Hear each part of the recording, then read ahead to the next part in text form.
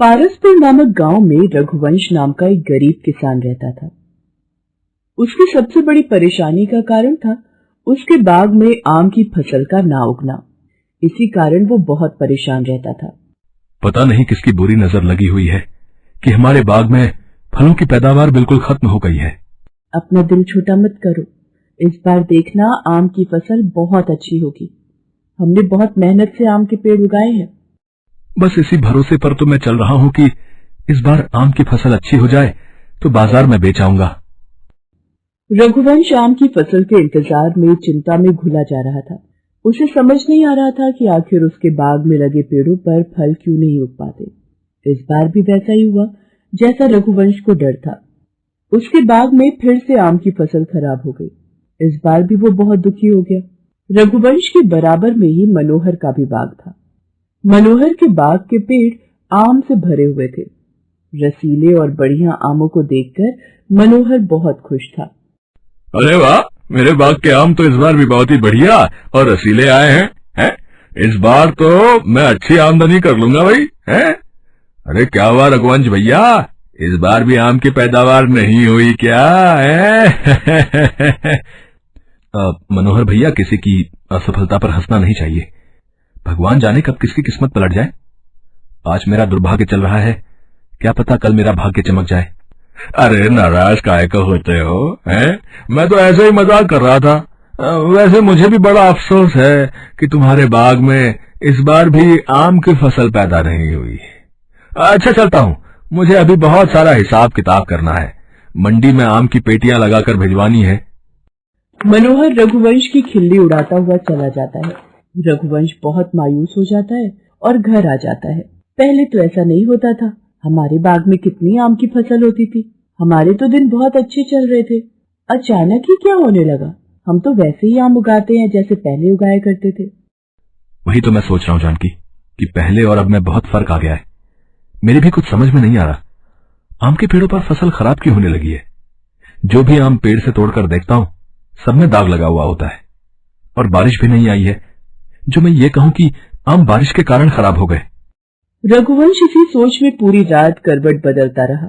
उसे पता था कि फसल खराब होने का मतलब है पूरे साल की परेशानी। अब तो घर का गुजारा करना भी मुश्किल हो रहा था। जानकी 2 महीने की गर्भवती थी। रघुवंश को आने वाले बच्चे के बारे में भी सोचना था। वो अगली सुबह जल्दी ही सोकर उठ गया और अपने बाग में पहुंचा और काफी देर अपने बाग में बैठकर वो सोचता रहा। तभी उसकी नजर एक गौरैया पर गई जो पेड़ के खोल में बैठी एक नाग से अपने बच्चों को बचाने की कोशिश कर रही थी। नाग पेड़ की ओर बढ़ रहा था। गौरैया चींची करके चिल्लाने लगी। अरे ये नाग तो उस गौरैया और उसके बच्चों को खा जाएगा। मुझे उस गौरैया और उसके बच्चों की रक्षा करनी होगी। हाँ, इस डंडे से डरकर नाग भाग जाएगा। रघुवंश इस डंडे की सहायता से नाग को पेड़ से हटा देता है। नाग डर जाता है और वहां से भाग जाता है। तुम्हारा बहुत बहुत शुक्रिया, तुमने आज मेरी और मेरे परिवार की रक्षा की है। तुम इंसानी भाषा बोल सकती हो? हाँ, मैं इंसानी भाषा बोल और सुन सकती हूँ। मनुष्यों के बीच में रहकर हम पक्षी भी उनकी भाषा सीख जाते हैं। तुमने आज मेरे ऊपर जो उपकार किया है वो मैं कभी नहीं भूल सकती।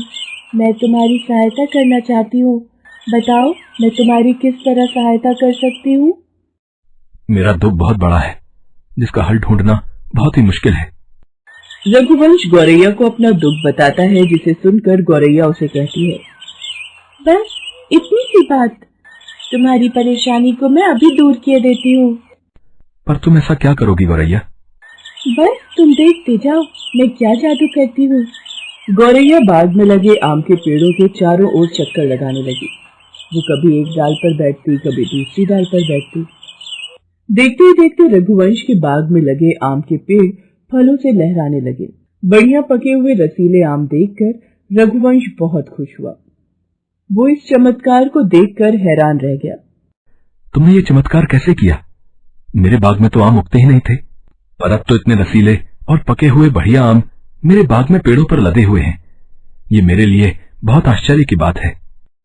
अब तुम्हें चिंता करने की कोई आवश्यकता नहीं है। तुम्हारे बाग में आम के पेड़ हमेशा आम से लदे रहेंगे, और मैं ये भी जानती हूँ कि तुम्हारे बाग में आम की फसल इसीलिए खराब हो जाती थी क्योंकि तुम्हारे पड़ोस में रहने वाला मनोहर आम उगने से पहले ही तुम्हारे आम के पेड़ों पर चोरी से रात में आकर जहरीली दवाई छिड़क जाता था, जिससे आम की फसल खराब हो जाती थी। मनोहर इतनी घटिया हरकत करेगा ये मैं नहीं जानता था। मेरी तो उससे कोई दुश्मनी भी नहीं है, फिर वो मेरे से ईर्ष्या क्यों करता है? कुछ मनुष्य अपने से ज्यादा दूसरों में ध्यान देते हैं। भले ही उनके पास सब कुछ होगा, पर दूसरे का काम खराब करने में उन्हें बहुत आनंद आता है। अब तुम बिल्कुल भी चिंता मत करना, वो ईर्ष्यालु मनोहर तुम्हारा कुछ नहीं बिगाड़ सकता। अब तुम इन आमों को बाजार में लेकर जाओ और अच्छे दामों में बेचो। रघुवंश की सारी चिंता दूर हो गई। गौरैया ने उसकी बहुत बड़ी मदद कर दी थी। रघुवंश ने गौरैया और उसके बच्चों को एक सुंदर से पिंजरे में रख लिया ताकि फिर से उनकी जान को कोई खतरा न रहे। जानकी भी गौरैया और उसके बच्चों की खूब देखभाल करती थी। रघुवंश ने मनोहर से बात करना बिल्कुल बंद कर दिया। रघुवंश के बाग के आम मीठे और रसीले थे, इसीलिए लोग रघुवंश से ही आम खरीदते थे। रघुवंश की सफलता देखकर मनोहर अपना सा मुंह लेकर रह जाता है। एक गांव में राधिका नाम की लड़की रहती थी। राधिका अपनी माँ के साथ रहती थी। बचपन में उसके पिता की मृत्यु हो गई थी। तब से उसकी माँ ने बहुत मेहनत करके और उसकी देखभाल करके उसे बड़ा किया था। लेकिन धीरे धीरे जैसे ही उसकी माँ की उम्र बढ़ती जा रही थी, वैसे ही उनके काम करने की क्षमता भी कम होती जा रही थी। इस वजह से घर चलाने की जिम्मेदारी राधिका को उठानी पड़ी।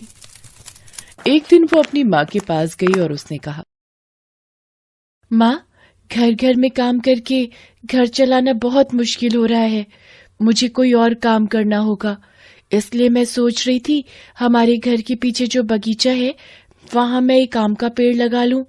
वो तो ठीक है बिटिया, लेकिन पेड़ के बीज खरीदने के लिए तुझे पैसे कहाँ से मिलेंगे? हमारे घर में तो एक भी पैसा नहीं है। माँ, मैंने काम करके कुछ पैसे जमा किए हैं।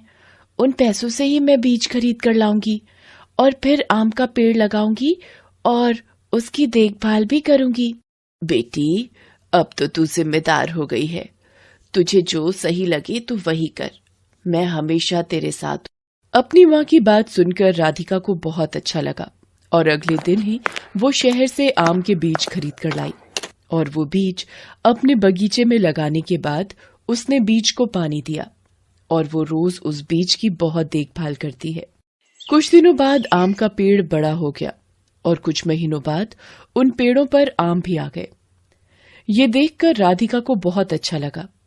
ऐसे ही एक दिन राधिका आम के पेड़ों को पानी देने के लिए बगीचे में गई। वहां जाकर जैसे ही आम के पेड़ में पानी डाला, आम के पेड़ के नीचे एक जादूगरनी सो रही है और उसने उसके ऊपर पानी डाल दिया। कौन है तू लड़की? तेरी हिम्मत कैसे हुई? तूने मेरे ऊपर पानी डाल दिया। तूने देखा नहीं मैं यहाँ सो रही थी? जादूगरनी, आप मुझे माफ कर दीजिए। मैंने आपको नहीं देखा था। मैंने जानबूझकर आपके ऊपर पानी नहीं डाला। ये मेरा बगीचा है। मैं तो पेड़ों को पानी दे रही थी। लेकिन राधिका की बात सुनकर भी जादूगरनी का गुस्सा शांत नहीं हुआ और उसने गुस्से में राधिका से कहा, तुम्हें इसकी सजा जरूर मिलेगी। मैं तुम्हारे साथ कुछ ऐसा करूंगी कि जिंदगी भर तुम इस दिन को याद करोगी और तुम्हें पछतावा होगा। ये कहकर जादूगरनी ने अपनी जादुई छड़ी घुमाई और राधिका के आम के पेड़ों पर जादू किया और हंसते हुए वहां से चली गई। राधिका को कुछ भी समझ में नहीं आया और पेड़ों को पानी देते हुए वो सोचने लगी, लगता है ये जादूगरनी पागल है। इसके जादू से तो कुछ भी नहीं हुआ। ये कहकर वो अपने घर वापस चली गई। अगले दिन वो सुबह जब पेड़ों को पानी देने वापस आई तो उसने देखा कि आम के पेड़ के सभी आमों में कीड़े लग गए हैं और सभी आमों पर काले काले धब्बे आ गए हैं। ये देखकर राधिका को रोना आ गया। तभी उन आमों में से एक आम की आवाज सुनाई दी। क्या हुआ? अपनी ऐसी हालत देखकर बुरा लग रहा है। कल तो तू सोच रही थी कि तुझे कुछ भी नहीं होगा। मुझे पता है तुम जादूगरनी का जादुई आम हो, माफ कर दो आप मुझे माफ कर दो। मैंने बहुत मेहनत करके आम का बगीचा बनाया है। अगर ये आम नहीं बेच पाई तो मैं रास्ते पर आ जाऊंगी। जब तक मैं इस बगीचे में हूं तब तक इस बगीचे में एक भी आम सही नहीं रहने दूंगा। अगर तूने मुझे हटाने के बारे में सोचा भी तो मैं तेरे घर को आग से जला दूंगा।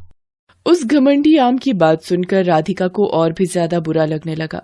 उसने अपनी माँ को जाकर सब कुछ बताया। ये सुनकर उसकी माँ ने उसे कहा, बेटी, इसमें तुम्हारी कोई गलती नहीं है।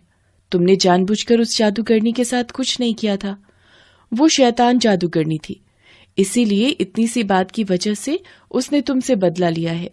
लेकिन माँ, सारे आम के बाहर काले धब्बे आ गए हैं। मैं उन सभी आमों को कैसे बेचूंगी?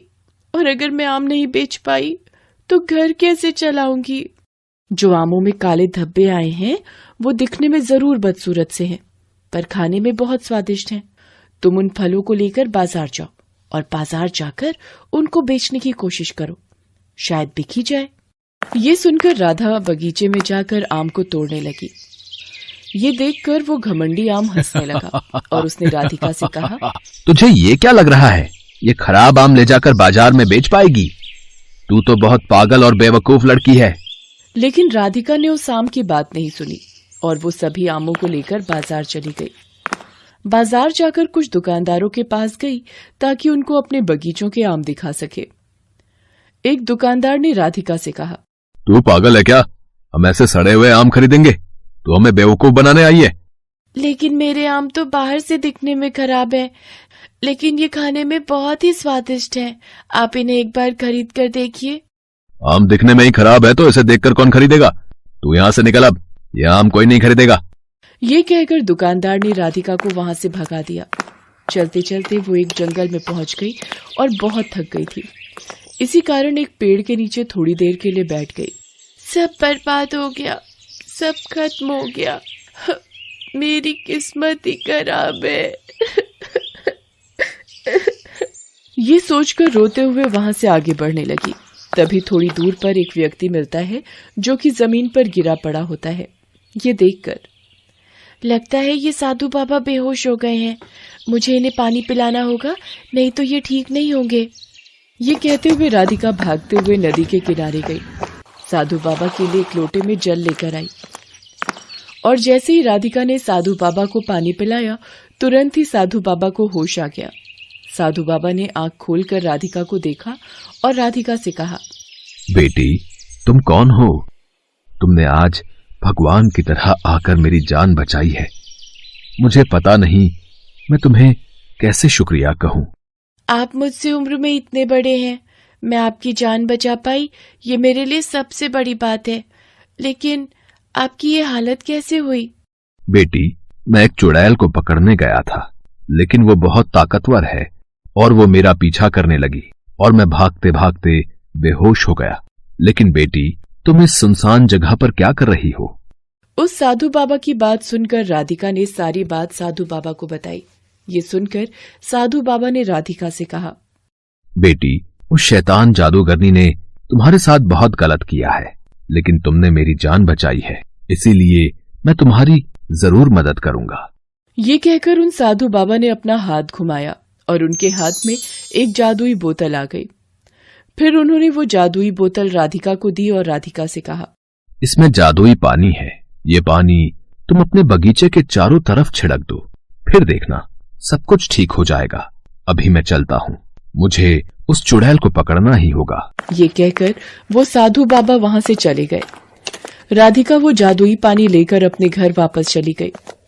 वहां जाकर उसने जैसे ही वो पानी अपने बगीचे के चारों तरफ छिड़का, तभी वह घमंडी आम आग में जलने लगा और जलकर राख हो गया। कुछ देर बाद सभी आम वहां से गायब हो गए और उनकी जगह सोने के आम आ गए। ये देखकर राधिका खुशी से नाचने लगी। उसके बाद से राधिका धीरे धीरे सोने के आम बेचकर पैसे कमाने लगी। कुछ दिनों में ही वो बहुत अमीर हो गई और वो अपनी माँ के साथ बहुत खुशी खुशी रहने लगी। हेलो दोस्तों, कैसे हैं आप सब? हमारी कहानियाँ देखने के लिए हमारे चैनल को सब्सक्राइब कीजिए और हाँ, बेल आइकॉन पर क्लिक करना मत भूलिएगा।